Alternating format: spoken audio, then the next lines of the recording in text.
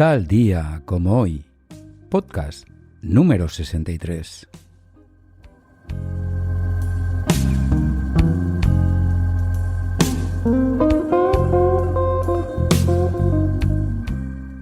Te mataron los que matan el amor, los demócratas a cobro revertido, los que escriben la historia y el olvido, con garras de conmoción y pavor.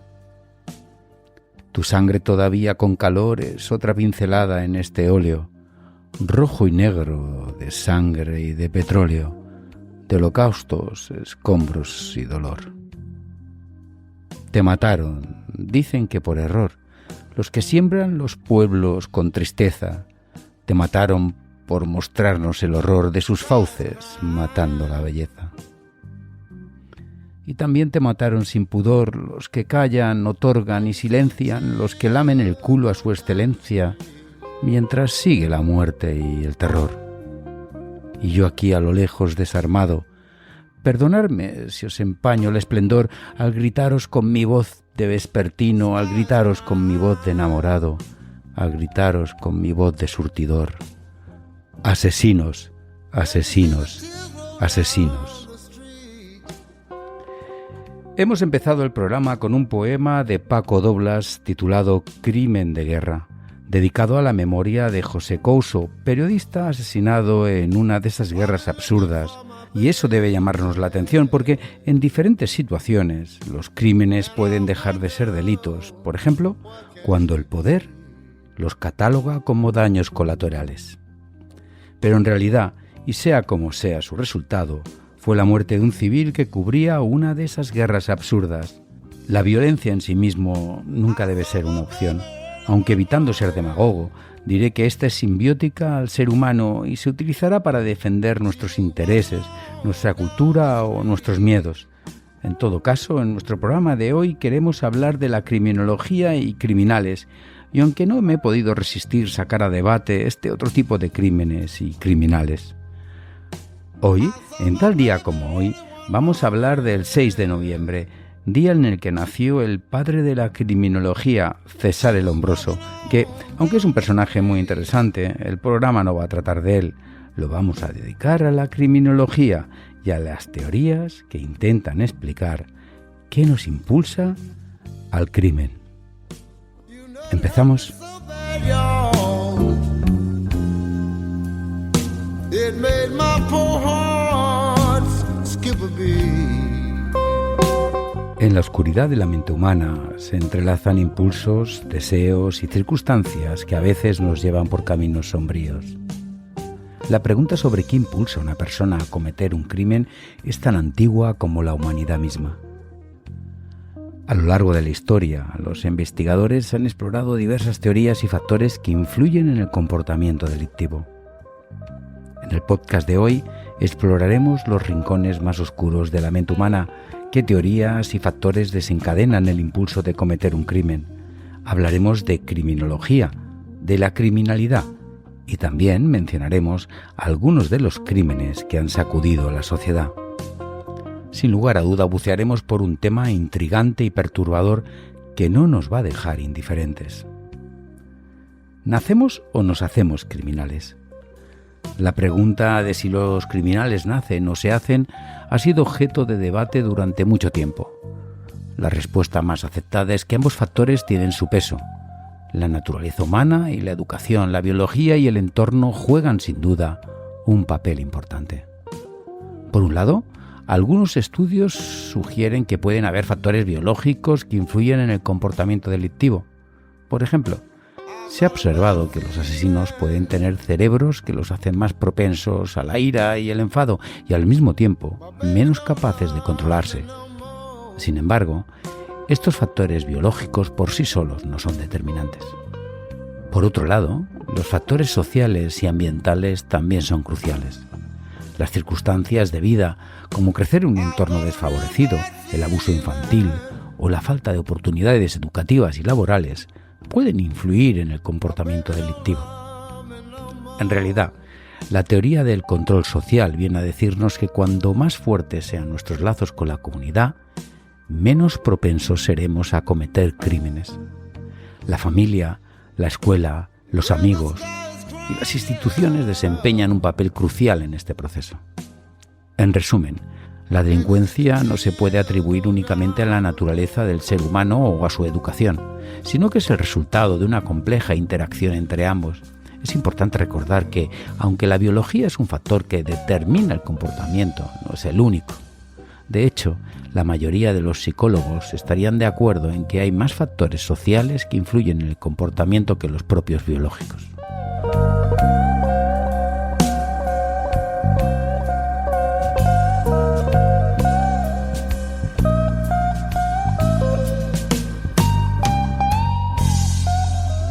Aunque nos quedaría por hablar de los factores psicológicos, aquellos que estudian la psicopatología criminal para determinar si pueden influir en el comportamiento delictivo.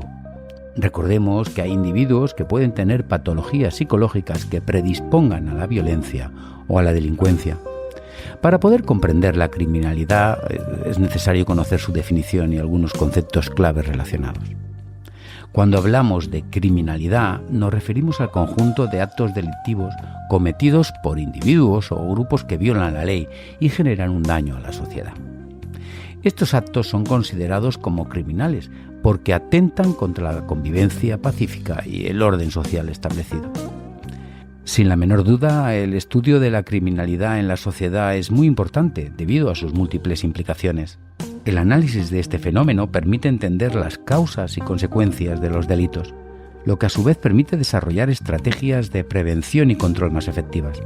Además, el estudio de la criminalidad contribuye a la identificación de patrones delictivos, lo que favorece la implementación de políticas públicas y sistemas de justicia más justos y eficientes, proporcionando información clave sobre la dinámica social y las desigualdades presentes en la sociedad, permitiendo, por lo tanto, abordar de manera más justa y equitativa los problemas relacionados con la criminalidad.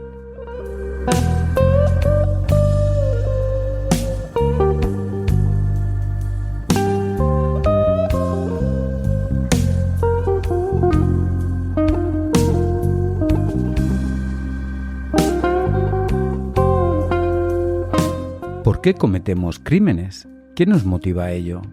Se sabe que existen múltiples factores que pueden motivar a una persona a cometer un crimen. Factores como la propia motivación homicida de la persona. Los asesinos pueden llegar a aprender y a moldear sus conductas. De hecho, uno de los problemas que existe en prisiones es que muchos presos penados llegan a aprender a cometer asesinatos de forma mucho más precisa gracias a las explicaciones de otros delincuentes.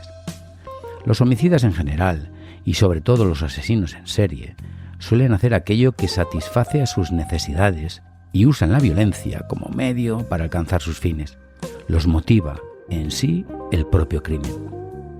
Un ejemplo famoso en el que predominaba el factor de la motivación homicida es el de Ted Bundy, un asesino en serie estadounidense que mató a más de 30 mujeres durante la década de los 70.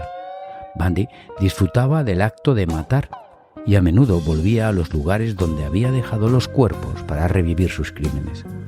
Se sentía atraído por jóvenes blancas entre 15 y 25 años, en su mayoría universitarias, y en ocasiones visitaba el lugar donde ejecutó el crimen cuidando el cadáver e incluso teniendo relaciones sexuales con él.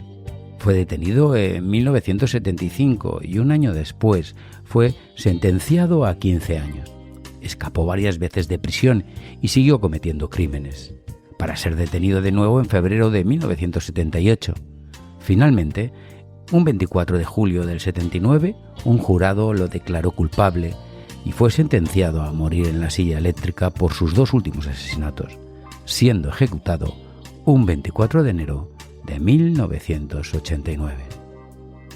Otro factor es la venganza y justificación.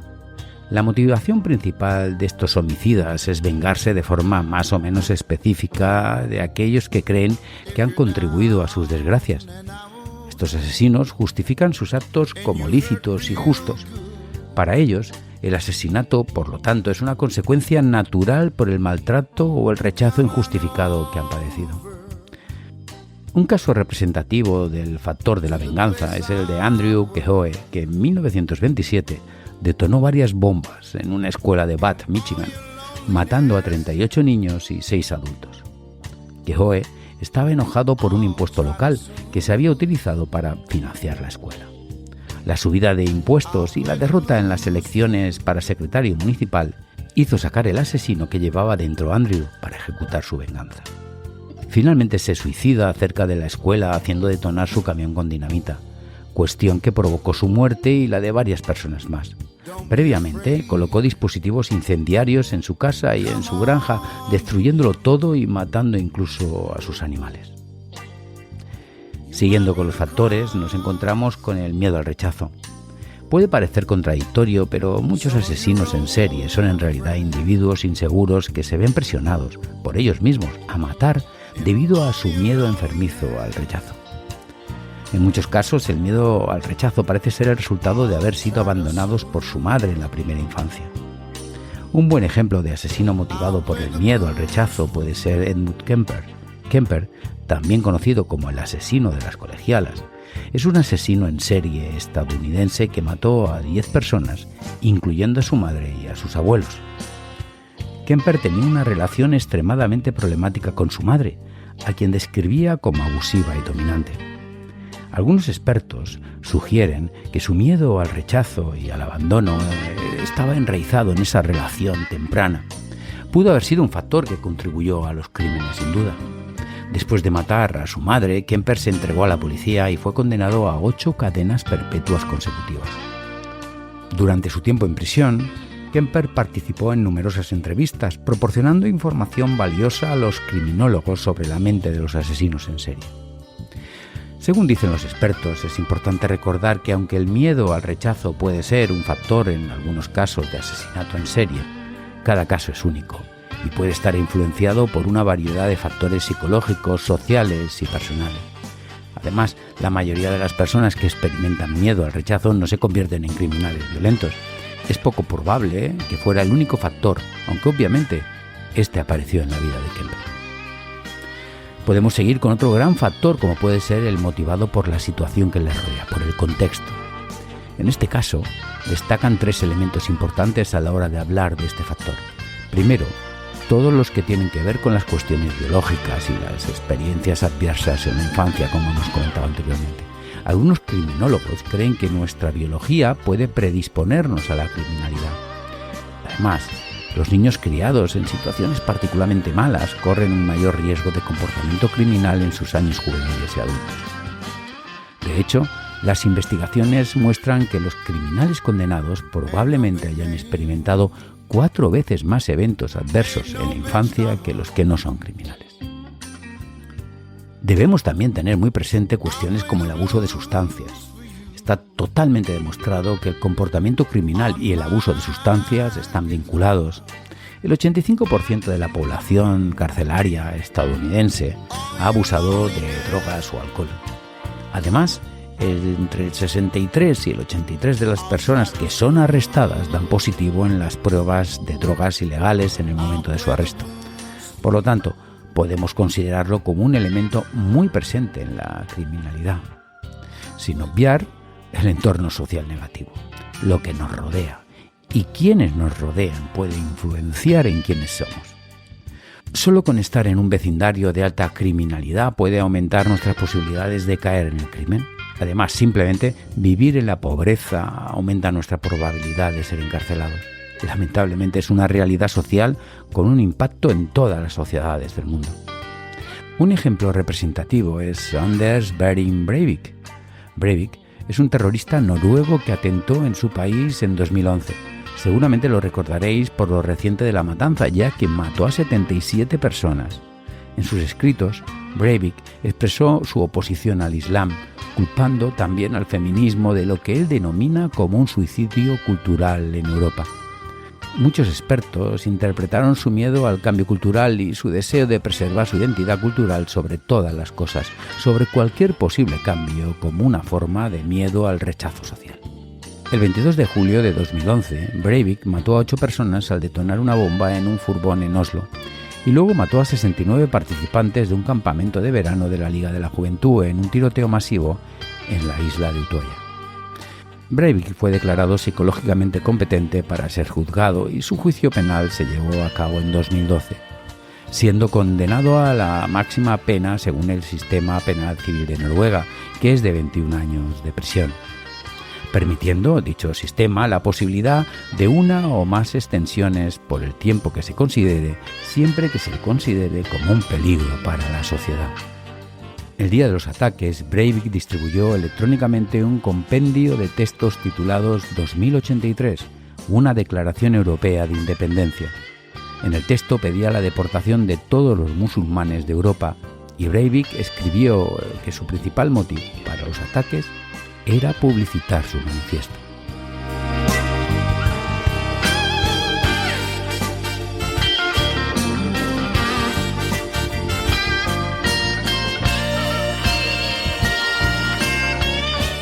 Por último, hablar de la falta de integración social. Tenemos que pensar que el ejercicio de la violencia puede ser fascinante y muy atractivo para mucha gente que no tiene sus necesidades humanas fundamentales resueltas. Desde el punto de vista de la integración social, de las relaciones afectivas, de sentirse parte de una comunidad, de tener una vida que tenga un propósito, en definitiva, la de sentirse integrado socialmente. La falta de integración social y del sentimiento de pertenencia nos lleva al desarraigo, y es por ello que podemos poner como ejemplo típico, para poder visualizarlo mejor, los miembros de pandillas que a menudo se involucran en actividades criminales como una forma de pertenecer a un grupo y obtener respeto dentro de su comunidad. En este caso podemos poner muchos ejemplos, como la Mara Salvatrucha, el MS-13, es una de las pandillas más infames y peligrosas en América Central y Estados Unidos. Sus miembros están involucrados en una amplia gama de actividades delictivas, desde el tráfico de drogas y armas hasta el homicidio y la extorsión. Han sido responsables de varios crímenes violentos y han ganado notoriedad por su brutalidad. O los Zetas en México, originalmente formados por desertores del ejército mexicano, siendo una de las organizaciones criminales más violentas en este país.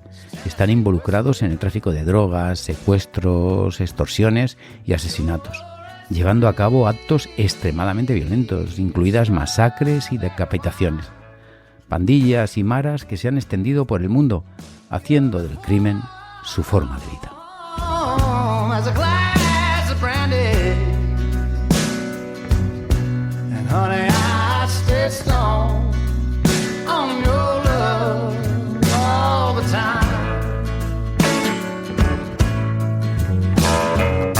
Las influencias sociales, culturales y económicas desempeñan un papel importante como detonante o factores contribuyentes para que alguien se involucre en actividades criminales. Los factores sociales pueden incluir la familia, la escuela y las ideologías. Los individuos pueden verse influenciados por su entorno social. De hecho, somos influenciados por nuestro entorno social y por las personas con las que interactuamos. La cultura puede afectar a la personalidad y la conducta de un individuo. Las normas y valores culturales pueden influir en lo que se considera aceptable o inaceptable en términos de comportamiento. Además, la educación juega un papel crucial en el desarrollo personal y profesional de una persona. En definitiva, la cultura y la formación juegan su papel y creemos que es muy importante.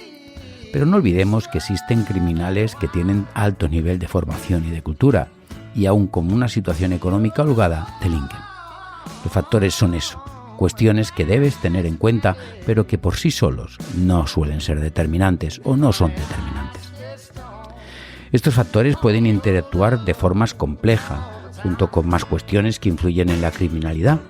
La falta de oportunidades económicas, la pobreza y la desigualdad pueden llevar a situaciones complejas de gestionar y hacer que las personas que se inclinen por actividades delictivas como el robo, el tráfico de drogas o la extorsión como una forma de sobrevivir o buscar una mejora en sus condiciones de vida. Anteriormente hemos comentado cómo las pandillas son una forma utilizada por grupos para socializar y hacer del crimen una forma de vida. Y es que la presión del grupo y el deseo de pertenencia puede llevar a los jóvenes a unirse a pandillas o grupos delictivos. Esta influencia entre pares puede ser especialmente fuerte en entornos donde las opciones legítimas y positivas son limitadas, en aquellos lugares que la salida es compleja y el crecimiento personal limitado. En ocasiones, la cultura popular y los medios de comunicación glorifican ciertos comportamientos delictivos o estereotipan ciertos grupos sociales. Determinadas personas son muy permeables a estas informaciones o relatos, y esto puede influir en la percepción de lo que se considera aceptable o normal en ciertas comunidades. Todo esto que estamos hablando pone el foco en la persona que delinque, pero la delincuencia, la criminalidad también es un fracaso de la sociedad. La ausencia de redes de apoyo sólidas y servicios sociales efectivos, en definitiva, la sensación de estar solo y no tener salida puede dejar a algunas personas vulnerables y sin recursos para enfrentarse a desafíos sociales y económicos, lo que les puede llevar a recurrir a actividades ilegales para poder sobrevivir. Y este fracaso suele estar acompañado de una forma u otra con un entorno familiar desestructurado. La falta de supervisión parental adecuada o la exposición a abusos o negligencia pueden aumentar el riesgo de comportamiento de delitos en los jóvenes.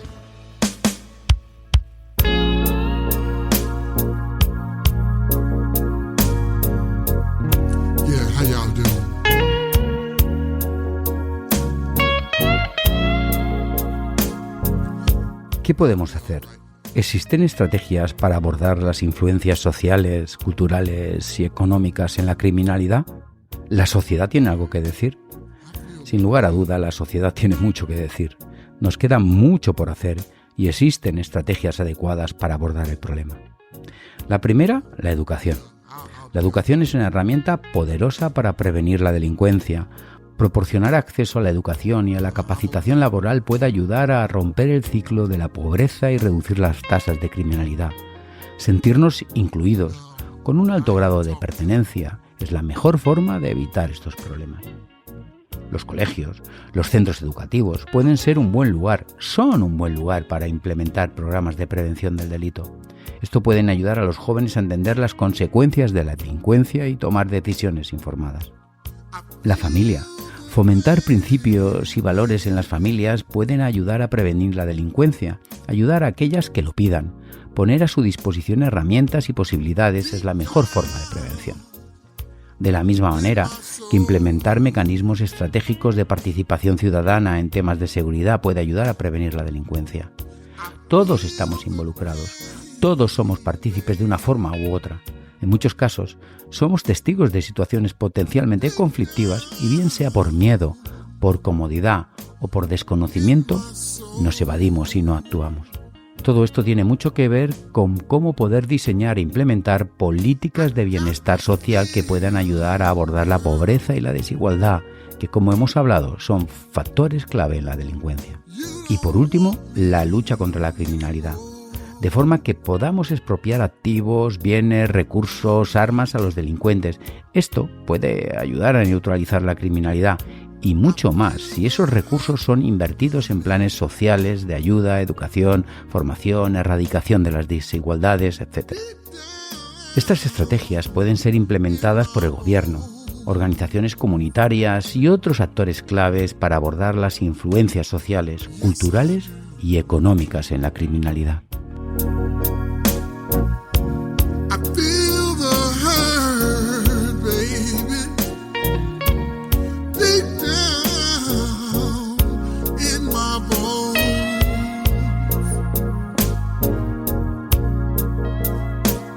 Vamos llegando al final de mi 63º podcast, el dedicado al día que nació el padre de la criminología, Cesare Lombroso, un 6 de noviembre de 1835, pero no hemos hablado de él, sino de la ciencia social interdisciplinaria y de carácter autónomo, que tiene 4 objetos de estudio: el crimen, el criminal, la víctima y el control social de la criminalidad. Sí, hoy en tal día como hoy, hemos hablado de la criminología, cuestión que ha preocupado desde el inicio de la humanidad. Ya los grandes filósofos griegos como Sócrates, Platón o Aristóteles apuntaban a causas biológicas, deficiencias físicas y mentales para justificar conductas delictivas. Para después, ya en la Edad Media, sentar las bases del derecho penal, no siendo hasta el siglo XVIII, con el despertar que supuso el periodo de la Ilustración, cuando se desplazaron las creencias biológicas en pos de la razón como base de la autoridad legal y se impuso el concepto de igualdad entre los ciudadanos ante la ley. Así lo postulaba otro Cesare, en este caso el filósofo y jurista Cesare Beccaria, considerado el padre de la escuela clásica. Para los juristas y pensadores de la escuela clásica, el ser humano es dueño absoluto de sí mismo y de sus actos. Esa libertad es la clave para defender que todas las personas son iguales ante la ley, sin diferencias entre el hombre delincuente y el no delincuente, y pone el foco de la responsabilidad delictiva en la decisión deliberada de quebrantar una norma. Es decir, el delincuente elige cometer ese acto pudiendo y debiendo haber respetado la ley. No lo impulsan ni sus condiciones biológicas ni influencias externas. Para llegar finalmente a nuestros tiempos, en que existen varias teorías criminológicas vigentes que ayudan a entender y abordar este fenómeno tan complejo del crimen. Todo un compendio de teorías que van desde la creencia del pleno conocimiento del individuo que delinque a aquellas que hablan de otros factores exógenos al propio individuo que lo impulsa a delinquir. Sea como sea, estamos en un mundo violento, en un mundo que tiene un lado oscuro y que lo ignora. Y ese lado oscuro no es otra cosa que la criminalidad y el crimen, la del dolor, donde en ocasiones mezclamos y equiparamos verdugos con víctimas. Estamos en una sociedad que debe reforzar sus valores, su memoria y trabajar por conseguir un bienestar común. Un escritor y periodista uruguayo, Eduardo Galeano, decía: la economía mundial es la más eficiente expresión del crimen organizado.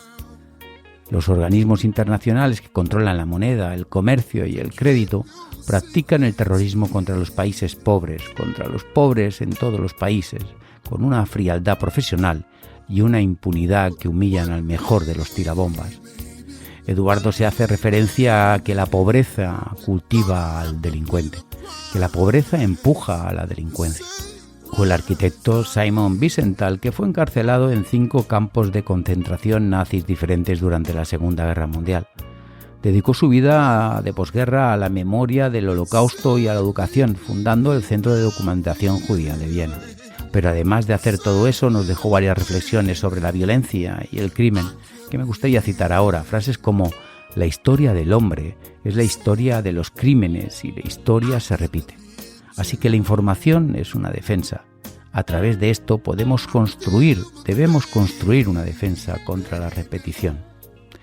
Sin lugar a duda, aunque no está dirigida al tipo de crimen del que estamos hablando, podemos adaptarla perfectamente al concepto de criminología, ya que la información y el estudio es la primera barrera. En cualquier caso, y tal como dijo Cesare Lombroso, el objetivo último de la criminología es la creación de un mundo más seguro y justo para todos. En conclusión, y en otras palabras, la criminología tiene como objetivo último mejorar la calidad de vida de todos los miembros de la sociedad al trabajar hacia un mundo más seguro, donde se promueva la justicia y se minimice el impacto del crimen en las comunidades.